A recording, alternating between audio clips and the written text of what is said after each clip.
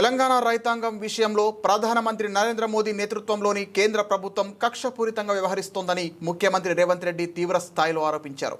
రాష్ట్రానికి అవసరమైన యూరియా సరఫరాను ప్రధాని మోదీ ఉద్దేశపూర్వకంగానే అడ్డుకుంటున్నారని, ఇది తెలంగాణపై ఆయనకున్న వివక్షకు నిదర్శనమని విమర్శించారు. రాష్ట్ర రైతుల అవసరాలను దృష్టిలో పెట్టుకుని సరిపడా యూరియాను పంపించాలని లేఖలు, విజ్ఞప్తుల రూపంలో ఎన్నిసార్లు కోరినా కేంద్రం నుంచి స్పందన రావడం లేదని సీఎం ఆవేదన వ్యక్తం చేశారు.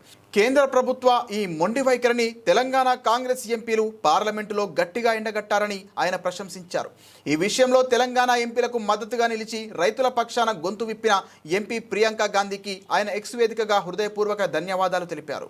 ఈ సందర్భంగా రాష్ట్రం నుంచి కేంద్రంలో మంత్రులుగా ఉన్న కిషన్ రెడ్డి, బండి సంజయ్లపైన రేవంత్ రెడ్డి విమర్శలు గుప్పించారు. రాష్ట్ర రైతాంగానికి అండగా నిలవాల్సిన వారు తమ బాధ్యతను మరిచి కేవలం మోదీ భజనకే పరిమితమయ్యారని దుయ్యబట్టారు.